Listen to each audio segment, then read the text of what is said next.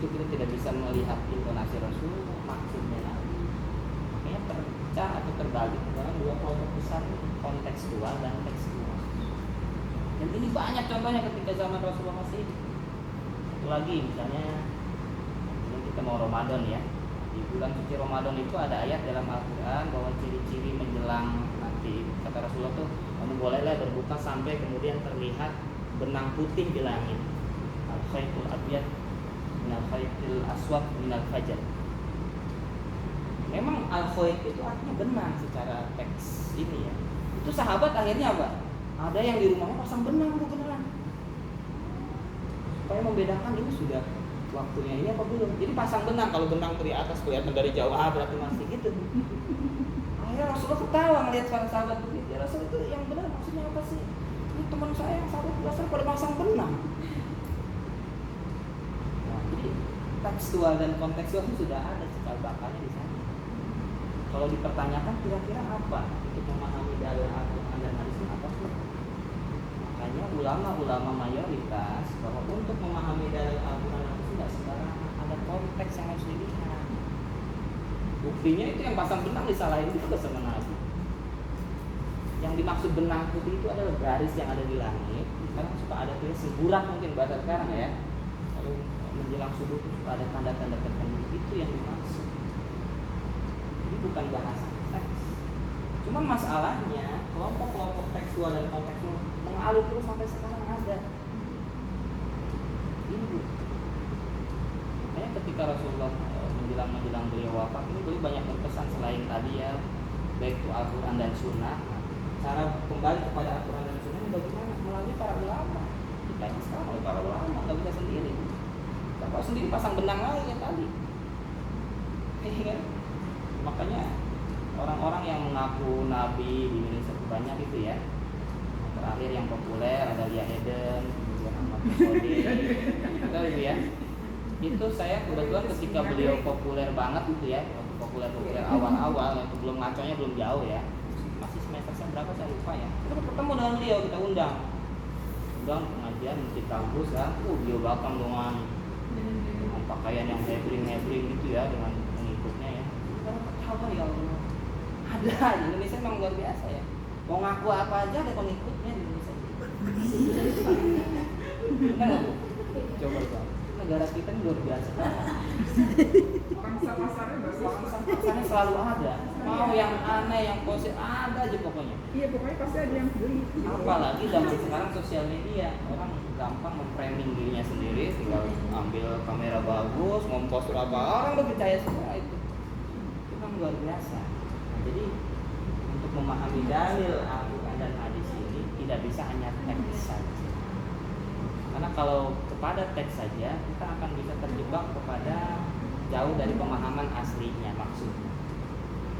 Gak usah jauh-jauh ke bahasa Arab deh, yang menurut saya itu bahasa paling rumit di dunia ya, yang saya pelajari. Dalam bahasa Indonesia saja kan kita sering mengenal atau mendengar istilah-istilah yang sebenarnya itu kiasan. Kayak apa ya? Tangan besi. Apa ya? Panjang tangan. Itu kan tidak bisa dipahami secara teks. Wow. Ya, contohnya kita meniru aja. Orde Baru dulu pernah pemerintah dengan tangan besi. Tangannya dari besi. Kamu nggak paham dulu tangannya biasanya kayak kita. Itulah betapa pentingnya memahami maklumat hadis dari sisi konteks. Ketika kita terjebak di teksnya saja, maka akan ini penting Bu. Jadi sekarang ini perpecahan pendapat dan lain-lain itu gara-gara di sini dari akar dasarnya. Dari akar dasarnya. Termasuk pada akhirnya memahami hadis. Dulu saya belajar ilmu hadis, kebetulan mendapat dosen dari Mesir langsung dari Al-Azhar kirim ke Indonesia karena saya ikut kelas khusus di Departemen Agama itu ya. Jadi pengertian hadis itu secara mayoritas ulama hadis disebut dengan ma'udhifa ilan nabi min qaulin. Ini sudah ya. Hadis itu adalah komponennya 3. Ma'udhifa ilan nabi, segala sesuatu yang disandarkan kepada Rasulullah dan Nabi min qaulin. Qaulin itu bahasa Arab dari ucapan gitu ya, itu bahasa Indonesia. satu ucapan, au fi'lin perbuatan, au takririn ketetapan. Ini hadis ini komponennya. Ma'udil fa'ilan nabi bin qaulin ucapan, au fi'lin perbuatan, au takririn ketetapan. Masing-masing ada pengertiannya. Tapi sebagian ulama ada yang menambahkan, bukan hanya 3 ini katanya. Yang terakhir ini ada khulqiyah wa khalqiyah. Khulqiyah wa khalqiyah itu gini. Maksudnya apa aja yang ada di badan Nabi, baik stylenya, karakternya atau cara hidup beliau, itu adalah hadis. Khulqiyah wa khalqiyah itu gini. Misalnya Nabi jalannya gimana gitu ya. Itu menurut sebagian itu juga sunnah. Kalau Nabi jalannya begitu harus ikut katanya. Itu mereka dan itu termasuk orang yang tekstual yang dibawain. Sehingga zaman Nabi pernah ada orang yang ngaku Nabi kan. Tidak tahu sejarahnya. Musailamah al-Kadzdzab. Nabi menyebutnya al-Kadzdzab. Kadzdzab itu sudah akumulasi dari kata-kata kadzib. Kadzib itu pendusta, al-Kadzdzab itu di atas. Jadi saking dustanya dan saking pengennya dianggap seperti Nabi, meniru jalannya. Jalan Nabi gimana dia tiru, Nabi gimana dia jalan, cara ngomong dia tiru, tangan dia tiru, supaya dia mirip benar-benar seperti Nabi. Nah, sebagian ulama hadis, ini sebagian kecil, menganggap bahwa khuluqiyah dan khulqiyah termasuk sunnah, termasuk yang ada pada diri Rasulullah. Salah satunya jenggot. Menurut ibu nih, jenggot Rasulullah ini khulqiyah atau memang Rasulullah bikin sendiri yang tadinya nggak ada? Kira-kira jenggotnya Rasulullah itu memang dari sononya udah tumbuh atau memang tiba-tiba kemudian lo bikin tumbuhin, gimana caranya? Ditumbuh. Kira-kira gimana? Tumbuh. Itu sudah ada udah khulqiyah bawaan lahir, hormonal ya kalau bahasa ini sekarang mungkin ya. Orang Arab mau agamanya apapun ibu bisa cek. Lewokan. Iya kan? Iya.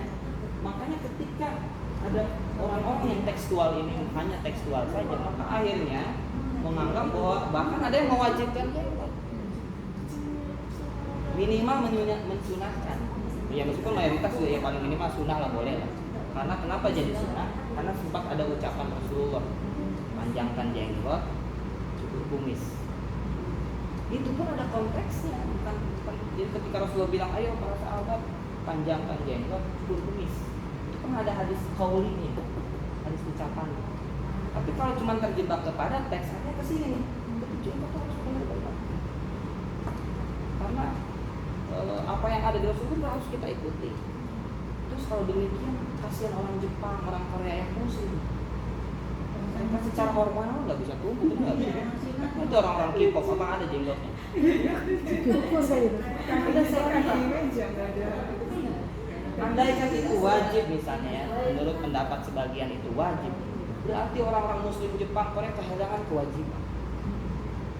Apa benar begitu ajaran Islam? Yang satu dia kepala wajib, yang satu enggak gara-gara dia nggak punya jenggot? Kan nggak begitu. Tapi ada yang meyakini itu. Karena itu tadi dari dasar awalnya tuh dari atasnya itu ya, dari aliran hulunya itu tidak memahami mana teks mana konteks. Akhirnya para ulama karena memang ada hadis qaulinya, akhirnya mayoritas ulama menganggap yang paling hebat pun status jenggot itu hanya sunnah. Tapi banyak juga ulama hadis yang tidak mengakui itu tidak masuk karena itu khulqiyah. Rasulullah jalan misalnya, masa harus kita ikuti? Karena cara jalan kan nggak bisa kita setting. Kecuali para catwalk itulah, itu pun ya sehari-hari juga begitu juga jalannya. Ya Bu ya. Saya punya teman dulu ex catwalk gitu, terus pramugari di Garuda sampai sekarang masih bersahabat. Biasa aja jalannya, dari catwalk aja begitu. Itu ya. Rasulullah jalannya masa harus kita ikutin? Rasulullah tumbuh apa udah tumbuh itu khulqiyah, sebagai ulama khulqiyah itu nggak masuk. Tapi karena pernah ada satu cerita bahwa Rasulullah ketika itu pernah menyuruh para sahabat untuk memanjangkan jenggot dan mencukur rambut, itu ada konteks. Apa konteksnya? Ini konteksnya ketika awal-awal Rasulullah menyebarkan Islam. Ketika menyebarkan Islam, mau tidak mau, suka tidak suka harus terjadi peperangan. Ada banyak peperangan, belasan peperangan yang diikuti oleh Rasulullah. Yang besar, ada yang biasa, ada Badar ini yang populer yang kita kenal ya, perang Badar, Kondak, ya, Tabuk dan sebagainya. Ketika perang itu bisa bayangin, jangan membayangkan zaman Rasul kayak sekarang, gampang nyetak stiker, gampang bikin bendera, umbul, bikin kaos klub, ya kan? Ibu-ibu pengajian beda lagi ininya, arisan beda. Itu jangan dibayangin zaman Rasul kayak gitu. Ketika perang, mukanya orang Arab kan sama.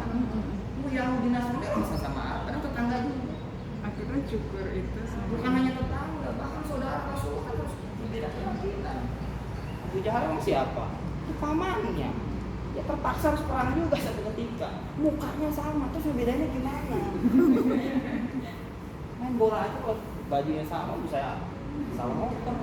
Nah ini perang, baju sama, muka sama, Arab tetangga tetangga. Terus salah tusuk gimana? Makanya Rasulullah mengeluarkan hadis. Ya udah sebagai ciri Muslim ini panjangin jenggot, karena non Muslim itu waktu itu gemar memanjangkan kumis. Jadi kumis itu zaman Rasulullah di kalangan Nasrani Yahudi trennya berkumis. Kumis is nice mungkin. Akhirnya keluar Rasulullah, gimana caranya nih Rasulullah yang gampang aja pada kumis aja tuh. Panjangin jenggot, habisin kumisnya. Ketika perang, wah kumis hilang, habisin. Wah musuh nih jenggot apa namanya? Yang sepanjang musuh. Sesimpel.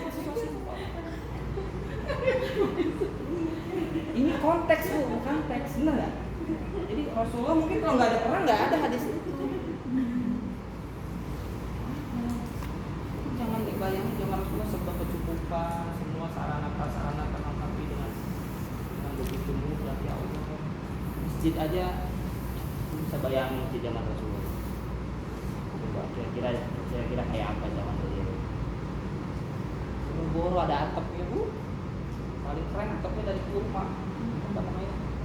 Orang Sunda tuh baralak yang dari kelapa itu ya. Kan begitu paling keren. Ya kalau hujan ya pasti jebol. Aku cuma begitu sampai sempat suatu saat lagi Rasulullah dari nasihat sama sahabat di masjid itu ya. Tiba-tiba ada orang Baduy datang dari mana mungkin kebelat ya, pipis di masjid. Ada nggak cerita itu? Orang Baduy tiba-tiba Rasulullah lagi bawa sahabatnya selesai. Itu kebiasaannya ngobrol ngariung itu. Makanya inilah sifat humanisme yang jarang diekspos. Selalu kalau wow jiwa gitu terus yang mewarnai sosial media kita. Kalau Rasulullah 80% kehidupan Rasulullah adalah humanisme. Lalu dengan tetangga, dengan teman sahabat. Tiba-tiba ada orang Baduy cer aja pipis bu. Sahabat lagi pipis di situ tuh. Dipipisin masjid. Coba orang sekarang kalau di masjid dipipisin. Kemarin ada anjing masuk aja di Bogor sampai rame. Nanti ceritanya. Ada orang Katolik masuk masjid bawa anjing. Ada tahu ceritanya? Netizen Muslim kita harus numpah serapah. Dasar anjing. Anjing namanya juga. Dasar anjing. Ya emang anjing. Ini gimana? Rasulullah ketika ada Baduy ini, Umar, namanya Umar tuh memang terkenal apa ya? Beliau juga lagi biro-bironya baru masuk Islam kan? Preman Arab baru masuk Islam, melihat masjid dikencingin orang lain. Umar langsung nyebut pedang aja, Rasul biar saya tebas ini. Umar kan begitu terus orang maju tak gentar beliau. Sahabat lain udah marah semua, kurang ajar nih orang ya. Masjid tiba-tiba ada kencingnya. Biarin dia selesaiin dulu. Diam semua dulu, diam dulu. Biarin dia selesaikan dulu hajar. Rasulullah cerdas dan luar biasa bijak. Udah biarin sampai dia selesai. Karena kalau di tengah jalan kita permasalahkan nih, ya kaget ini pasti kemana-mana. Susah kita ngebersihin. Cerdasnya Rasulullah. Kalau begini-begini jarang terungkap. Karena sebagian yang mulai seringnya tekstual terus. Ada selesai baru buat bang ada apa kira-kira abang belet. Bahasa kita gitu ya. Rasulullah ngomong itu orang Baduy itu salah satu orang apa ya, orang dusun di Arab. Dia ngomongnya kasar. Betul, jadi nggak terdidik, lah tinggalnya pun saya terakhir ke sana itu ya, saya pernah ditunjukin itu Baduy. Bener dia menghuni di balik-balik gunung, Jadi gunung tuh dipahat kalau dari jauh kayak kandang-kandang burung merpati. Dari gunung yang sangat jauh di sana. Untuk turun ke gunung, lewatin gunung lagi sampai ke Masjidil Haram tuh zaman dulu perjuangan luar biasa. Makanya di zaman Nabi pernah ada kalau ada hari raya jatuhnya hari Jumat itu diperbolehkan untuk tidak sholat sholat Jumat. Kan Idul Fitri nih hari Jumat itu diperbolehkan untuk tidak sholat Jumat. Tapi kalau yang melihatnya teks tidak akan tepat memahaminya. Ketika melihat konteks, kenapa Nabi Muhammad memperbolehkan? Karena orang berjarak jauh ke masjidnya Rasulullah aja, ke Mekah atau ke Madinah itu harus berhari-hari melakukan perjalanan. Bayangkan kalau dia ikut Idul Fitri nih, terus balik lagi ke rumah, kesini berapa balik berapa. Dengan keluasan dan ajaran Islam itu tadi punya tawasud itu artinya punya flexibility yang tinggi sesuai konteks. Ya kalau zaman sekarang serba mudah serba dekat, berarti konteks itu tidak bisa diterapkan. Tapi ketika konteks itu ada bagi orang tertentu itu berlaku, itu betul-betul fleksibel. Nah, artinya kalau kita tahu tentang konteks ini, kita tidak akan gampang menyalahkan ibadah orang. Sudah tahu urutan dari atas ke bawah. Jadi akhirnya apa? Kita bertoleransi dengan sahabat-sahabat muslim kita. Pak, saya Jumatan senangnya baca Al-Kahfi, silahkan. Pak, saya senangnya Yasin, silahkan. Dua-duanya ayat Allah, Al-Quran. Kadang-kadang saya lihat kan jadi ribet urusan. Al-Kahfi nyalahin Yasin, baca Yasin nyalahin apa? Apa yang nggak baca enakan gue, dan nggak pernah ribut. Kan begitu ya, saya sering baca di sosial media tiba-tiba masuk aja. Oh, sekarang Al-Kahfi yang baca Yasin tidak benar. Dua-duanya ayat Allah kok. Kan kalau kita pelajari terus konteksnya, itu sebenarnya ada konteksnya masing-masing. Bagi sahabat siapapun muslim yang pengen dari Jumat ke Jumat disinari, kan begitu bahasa Arab itu ya. Siapa yang pengen disinari, ya terserah. Kalau yang ibu pengennya tujuannya pengen disinari dari Jumat ke Jumat, baca Al-Kahfi. Tapi kalau pengen bersilaturahmi dengan almarhum dan lain sebagainya, baca Yasin. Dua-duanya nggak bisa disalahin, silakan tujuannya apa. Kalau pengen disinari ya silakan, itu baca sana. Untuk silaturahmi dengan ini, Rasulullah banyak riwayat itu membacakan surat Yasin. Yang bagus ya dua-duanya. Terserah saja, nggak usah diributkan karena konteksnya juga ada konteks. Kita kembali ke ayat tadi ya. Jadi hadis itu isinya apa? Ucapan, perbuatan, dan ketetapan. Berucapan kan jelas ya, Nabi bilang misalnya apa? Innamal a'malu binniyati, amal itu tergantung niatnya. Itu kan ucapan ya. Kalau perbuatan, Nabi nggak ngomong, tapi sahabat cuma lihat, pada lihat. Jadi based on apa yang dilakukan Rasul. Dan ini yang banyak jadi problem nih Bu. Bagi mereka yang tidak mempelajari ilmu hadis dengan benar, detail gitu, itu akan tidak dapat menghasilkan atau menyimpulkan dengan tepat. Dan disinilah ada peluang perbedaan pendapat. Sambil contoh ini deh, cara ilustrasi hadis itu begini ya. Contoh, perhatikan baik-baik ini ada berapa orang? 7 ya. Misalkan saya dari sini nih. Ini anggap aja Nabi Muhammad ini untuk memahami hadis perbuatan begini. Saya misalkan datang ke sini.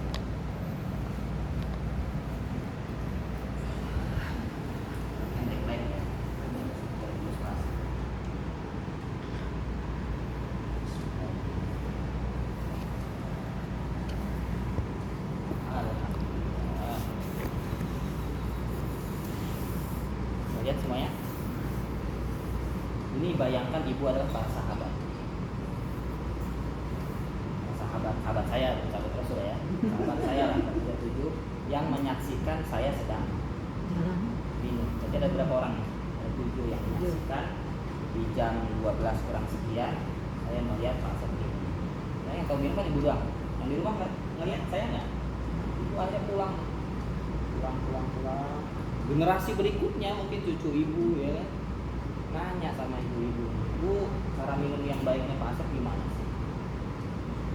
Sekarang saya tanya, menurut ibu gimana? Misalkan ibu ditanya sama generasi berikutnya, Bu, Rasulullah minumnya gimana sih? Pak Asep gimana minumnya? Coba ibu ceritain ya, itu simulasi nih. Ya. duduk. Baca basmalah dulu. Duduk. Baca basmalah dulu. Minum, baru Lalu alhamdulillah. alhamdulillah. Ingat nggak apa yang dia ini ya? Bilang duduk. Baca Baca basmalah. basmalah. Minum, Minum. Alhamdulillah. alhamdulillah. Ada lagi? Beda? Ya, dua tegukan. Dua terbuka. Nah, tadi kan nyebut tangan kanan ya. Tangan kanan. Terus ada lagi?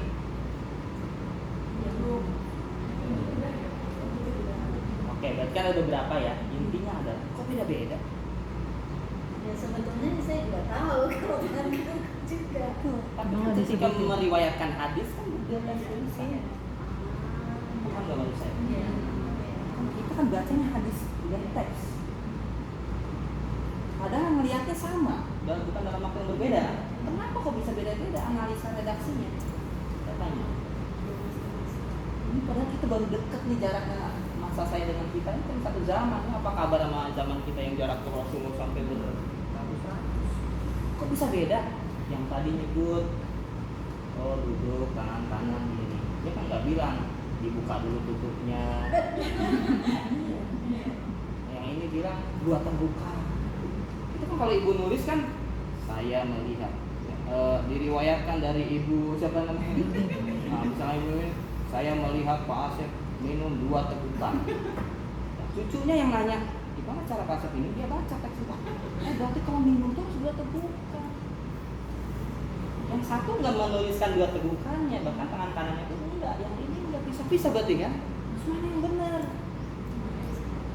Kalau mungkin orang-orang yang melihat bisa jadi mungkin, saya lihat Pak Asep sebelum minum jalan dulu. Dia jalan dulu, dia pakai peci hitam. Kemudian yang saya lihat minumnya juga pakai botol. Jadi kita harus pakai botol. Botolnya terus dibuka.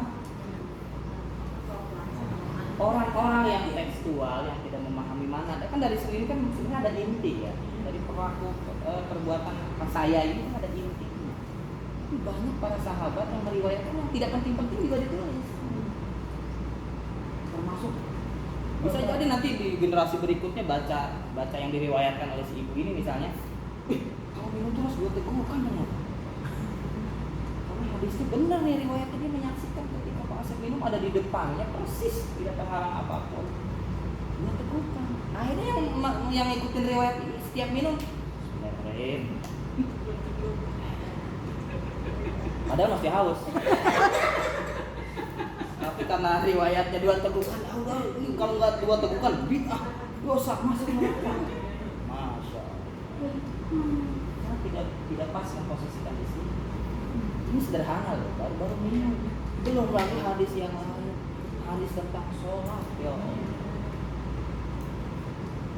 Padahal kalau dilihat dari ini intinya apa sih peristiwa minum ini? Cuman yang penting duduk, tangannya kanan gitu ya. Jadi selesai habis itu doang. Gak usah ditulisin tegukannya lah, bajunya lagi apa ya, mungkin kalau yang versinya Ruqyah atau Ruqyah ya, mungkin disebutkan juga pakai peci hitamnya lah. Dibuka, ini juga dijadiin syariat ini mungkin. Bisa jadi botol jadiin syariat, atau kalau minum harus dari botol loh. Rasulullah pakai botol dulu, nggak pakai yang lain. Dan ini banyak sekarang di awam kita tuh. Yang saya sesalkan ya di kalangan pemberitahusiannya juga. Orang awam sih ngikut-ngikut aja sih. Ini nggak mudah, tapi betul kata Rasulullah. Man yuridillahu bihi khairan yufaqihu fiddin. Barang siapa yang Allah kehendaki kebaikan kepada seseorang, maka seseorang itu akan diberikan pemahaman yang bagus terhadap agama. Jadi sekalipun ada ribuan orang belajar agama, belum tentu itu semuanya paham sih. Apalagi memang kalau tidak merujuknya kepada komunitas atau fakultas atau tempat pengajian yang menurut para ulama itu bagus. Saya kalau bicara tentang fakultas Islaman atau bagian Islam di dunia, yang terbaik dalam konteks ada nuansa akademis dan kultural Mesir. Mohon maaf, saya belum pernah di Mesir juga. Di mana Pak? Mesir Al-Azhar. Oh, Al-Azhar. Al-Azhar. Karena di situ mempelajari semua teks, konteks dan sebagainya. Jadi bukan sebuah kampus yang doktrinal gitu ya, harus itu yang benar. Semua dikasih secara utuh. Makanya mohon maaf maaf lahir batin lulusan dari Al-Azhar akan selalu berbeda dengan yang lain. Diakui atau tidak, baik kita rata-rata akademis ya. Kalau kita pun pola pikir kritis, akademis dan sebagainya. Masuk bidang agama juga memerlukan nuansa-nuansa akademis. Ini yang paling benar karena hadis ini. Karena memahami hadis itu bukan kayak sistem gugur. Wah ini hadis katanya lebih soleh, nah ini nggak begitu memahami hadis. Buktinya kayak gini tuh, ngeriwayatin yang sederhana aja bisa beda. Contoh lagi misalnya itu rame tuh ya, sholat katanya yang benar, ini ada yang kuku yang benar itu sih tangan dulu apa ini dulu gitu ya, enggak. Karena kebiasaan yang sudah diajarkan para ulama mayoritas adalah gini ya, begitu ya. Tapi ada juga enggak, Rasulullah hadis tuh saya pernah lihat begini, wah begitu. Ini yang ini dulu katanya salah. Allah saya bilang itulah akibat tidak memahami dari awal hadis. Akhirnya yang ini dulu menganggap dia paling benar, katanya hadis ini paling sahih. Akhirnya dia memahami hadis itu cuma sekedar kayak sistem gugur gitu. Ini kata saya. Padahal setiap Rasulullah melakukan sesuatu yang menyaksikan itu banyak. Jadi jangan dikira satu perbuatan Rasulullah cuma satu orang gitu. Bahkan dari itu kan 7 ini itu biasanya hadis itu ada, bukan geng ya, tapi ada yang merujuk ke sini aja gitu. Dari ibu mungkin nanti di bawahnya ada 10 orang lagi yang merujuk ke ibu, yang dari sini itulah hadis begitu. Nah jangan heran kalau misalkan ada ucapan Rasulullah mau riwayat di sini juga ada, di sini juga diceritakan, di sini juga diceritakan. Wahunya ini wahu berbeda tapi isinya teks yang sama atau kejadian yang sama. Memahami hadis para ulama itu dirembuk dulu, dikumpulin mana nih. Nah, misalkan loh, kok di riwayat ini kok ada orang yang menurut masyarakat sekitar omongannya kurang benar nih, kurang dipercaya. Tapi kok ini juga menceritakan nih. Gak jadi kayak ibu lah, misalkan saya ngomong gini, ibu damai itu indah. Misalkan hadis apa nih berarti? Ucapan ya, ibu-ibu damai itu indah. Yang dengar langsung kan 7 orang. Ibu pulang ke tempat masing-masing, ketemu security, hebat damai itu. Ini juga cerita ke saudara-saudaranya yang mungkin lebih bagus lah, bibit bobot-bobotnya. Sementara si ibu dulunya misalnya ke security doang, yang tahu sendiri security itu pergaulannya. Kemudian ada orang berikutnya yang meneliti hadis, ketemu dari riwayatnya ini yang dibawa ketemu security. Oh ini dari security ke gunung Rasulullah, tapi security nggak dipercaya. Tapi kok ada riwayat lain? Jadi dalam ilmu hadis nggak bisa ini dihapuskan 1-2 jam selesai. Ini berarti yang semuanya ini berarti doib semua, nggak begitu cara memahami hadis. Meskipun di sininya ada orang security, tapi kan bisa jadi diceritain sama orang yang benar. Itulah kenapa dalam ilmu hadis ulama mayoritas ilmu hadis tidak melakukan ketika ada hadis yang begitu banyak, ini salah, tapi dengan metode yang ini al-jam'u itu bagaimana mengkombinasikan itu semua, dikumpulkan. Oke, ini ada orang security nih, tapi ini populer kok, damai itu indah tuh populer banget. Berarti ini yang dari riwayatkan dari sini bisa dibenarkan. Karena apa? Didukung oleh ini, didukung oleh riwayat-riwayat yang lain gitu. Kalau cuma security-nya doang yang ngomong, yes, ini hadis ahad sendirian doang dia, layak kita tidak pertimbangkan. Dan ketika yang ini juga aku sih juga ada yang viral lah bahasa sekarang. Tapi di sini pun boleh diambil kalau memang ketemunya di sini. Ini memahami hadis itu bukan, nah ini enggak. Jadi metodenya adalah pertanyaan sampai sini. Jadi hadis itu konteksnya ini tuh, kontennya, isinya ya, ada ucapan, ada perbuatan, ada tempat. Kan udah jam 12 takut kurang. Jadi konteksnya sama korelasi sama judul. Oh, oke. Nah, korelasi dengan judul adalah apa ibu? Soalnya takutnya kalau Iya. baca uang. Saya nunggu ditanya sebenarnya. Oh ya gitu. Nah, korelasinya apa dengan tema kita? Saya jawab itu. Ya saya dadakan juga dikasih si ibu dia kan begini ya, ini Pak Sofian udah deh kalau salah. Apa ya judulnya ya? Ya udah itu aja yang terlintas. Jadi ketika kita sudah mengetahui segala sesuatunya secara fundamental dari atas tadi Bu ya, begini. Jadi ketika kita beribadah, kita akan fokus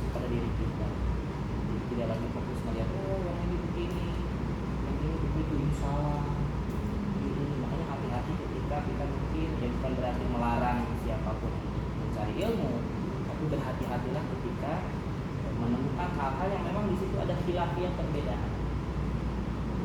Marilah kita berluas-luas ini di situ. Jangan menyalahkan, apalagi sampai kemudian menyalahkan para ulama dan sebagainya. Saya lihat beberapa saat lalu ada ceramah juga sampai menyalahkan Imam Syafi'i dan sebagainya. Oh, Imam Syafi'i melakukan kebid'ahan dan sebagainya. Oh, itu, dan ini satu hal yang ingin saya sampaikan bahwa ini tadi kan ada dua aliran besar, konteks dan teks, ya. Jadi itu sampai sekarang berlanjut. Nah, ketika zamannya para imam mazhab yang empat, ini juga yang banyak awam tidak tahu. Ketika memahami agama atau hadis itu harus kembali ke Bukhari dan Muslim. Ketika ada misalkan pendapat dari Imam Syafi'i, kamu di Bukhari Muslim, akhirnya mereka berpendapat ini Bukhari Muslim yang harus benar. Imam mazhab ini enggak penting. Padahal kalau ibu tahu, dan banyak yang tidak tahu, bahwa sebelum Bukhari Muslim lahir, itu imam mazhab udah pada duluan lahir. Jauh jaraknya ratusan. Jadi yang pertama juz mempelajari hadis itu para imam mazhab itu sebetulnya. Imam Bukhari itu masih di sini jauh. Jadi yang sebelum, jadi aneh kalau misalkan, oh ini Bukhari Muslim saja, beliau bermazhabnya kepada Imam Syafi'i, itu tidak pernah. Sementara kita sekarang mengkaji agama, oh ini hadis yang benar ini, yang belum pernah diucapkan sampai salah. Ini justru keliru, malah nggak tahu paham konteks sejarahnya. Justru imam mazhab dulu, imam mazhab itu kategorinya tabi'in.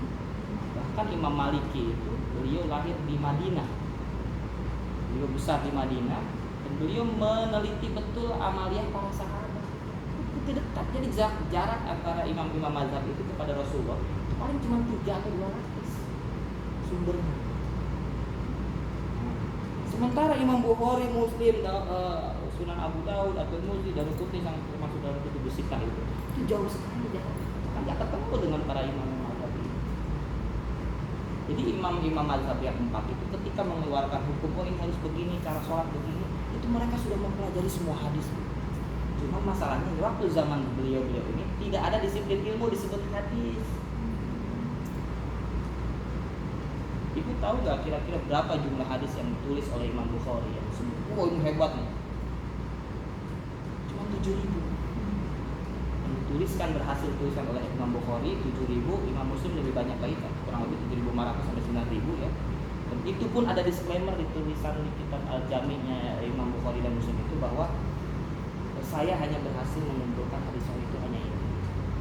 Saya hafal 200.000 hadis sahih, tapi sebagiannya saya hanya bisa rangkum di 7.000. Yang lainnya ada bertebaran di mana-mana. Ini dengan kata lain bahwa hadis sahih itu bertebaran di mana saja, bukan hanya di Bukhari Muslim. Nah, sangat salah kaprah kalau misalkan menganggap bahwa ini patokan harus ke hadis ini aja. Ini beda, nggak ada di Bukhari Muslim. Berarti jangan. Nah, begitu cara mempelajari. Dan faktanya juga hadis itu tidak ada. Kenapa? Logikanya gini, kenapa Imam Bukhari kalau memang betul-betul beliau adalah menguasai otentisitas dalil, kenapa dia tidak bikin mazhab? Mazhab Bukhari misalnya. Kenapa? Karena tidak cukup syarat untuk jadi seorang mujtahid seperti imam yang 4. Apa syaratnya? Harus hafal 500.000 hadis. Imam Syafi'i, Imam Abu Hanifah, Imam Hanafi, Malik dan sebagainya. Inilah mereka menguasai dan meneliti ini. Imam Bukhari itu yang baik beliau. Inilah tawadhunya Imam Bukhari dan mereka kan hanya merujuk untuk keagamaan para imam mazhab ini. Tambah lagi yang namanya Bukhari Muslim itu mereka hanya mencatatkan hadis dan mempelajari ini orangnya bagus enggak ya, benar enggak ya, itu aja. Tapi ketika menyimpulkan hukum, Imam Bukhari nggak bisa. Ini hukumnya apa ya? Dia nggak ke situ. Dia hanya mencatatkan, oh dari Pak Asep ke Gunung ke siapa. Bener nggak nih damai itu indah dari Pak Asep nih? Dicari tuh Imam Bukhari tuh. Siapa? Bapak dengar nggak kata-kata damai itu? Iya sih saya pernah dengar. Dari mana? Itu tukang bengkel. Datangnya tukang bengkel Imam Bukhari. Sampai begitu bu. Anak bapak kenal sama itu? Iya kenal. Bapak pernah dengar nggak damai itu indah? Pernah dengar dari mana? Dari situ ya? Iya dari situ. Terus bapak dari mana? Saya dari tukang bengkel. Didatengin lagi Imam Bukhari itu sampai ada 7 negara lah kalau disebut negara sekarang ini. Imam Bukhari keliling hanya untuk mencari perawi-perawi di dalam